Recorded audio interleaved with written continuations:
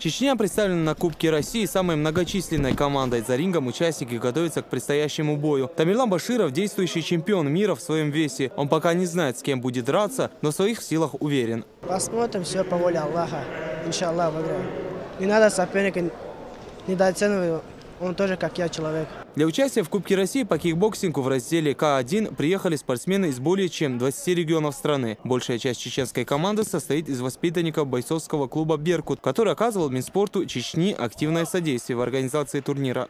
Я думаю, что уже яркий пример неоднократные чемпионы мира и Европы, выходцы из клуба «Беркут», но из других клубов Чеченской Республики. Команда очень профессионально подготовлена, и я думаю, что буквально через небольшое время мы увидим яркие результаты наших спортсменов.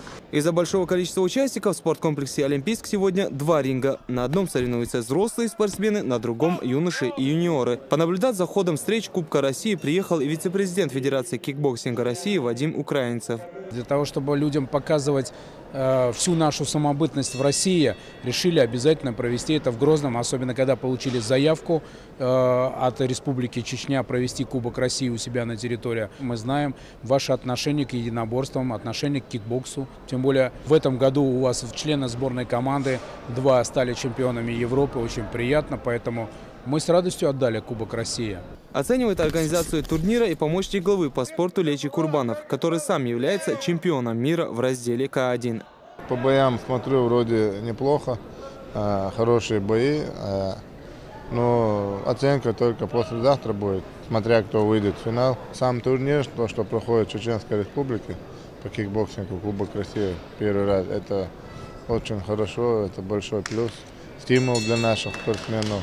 Андрей Алексеев в Грозный приехал из Якутии. В турнире участвует 6 его воспитанников. Первый бой для команды из Якутии завершился неудачно. На ринге воспитанник Андрей выглядит активнее своего оппонента из Москвы, но подсчет очков доказывает обратное.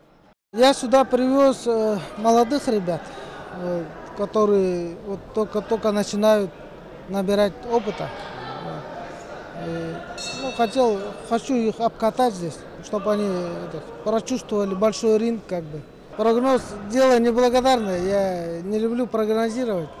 Как говорится, ринг покажет. Сам турнир продлится 3 дня. В первый соревновательный день на ринге сошлись 53 пар.